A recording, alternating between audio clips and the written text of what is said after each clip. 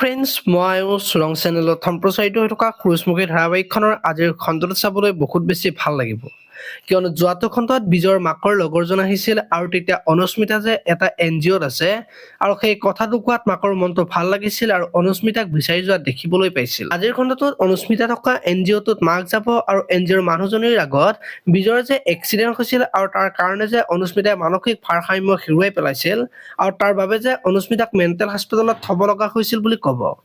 আৰু তেতিয়া মানুহজনীয়ে মই এতিয়া সেই বুজি পাইছো সেইবাবে তাই সুস্থ হোৱাৰ পিছতে মেণ্টেল হস্পিটেলৰ পৰা আহি ইয়াত থাকিলে আৰু তাই ঘৰৰ কথা কিবা সুধিলেও একো ক'ব নিবিচাৰে বুলি ক'ব। এতিয়া বাৰু অনুস্মিতাক মাকৰ লগত নিব পাৰিবনে দেখিবলৈ পাব আজিৰ খণ্ডটোত। ইফালে আকৌ শেৱালিয়ে সোণৰ ফটোখন চাই থাকিব আৰু কান্দি কান্দি সোণৰ কথাবিলাক কৈ থাকিব আৰু তেতিয়া পুৱতিয়ে অমৰক শেৱালিৰ ওচৰলৈ লৈ যাব আৰু দূৰৰ পৰাই অমৰ আৰু পুৱতিয়ে শেৱালিক চাই থকা দেখিবলৈ পাব।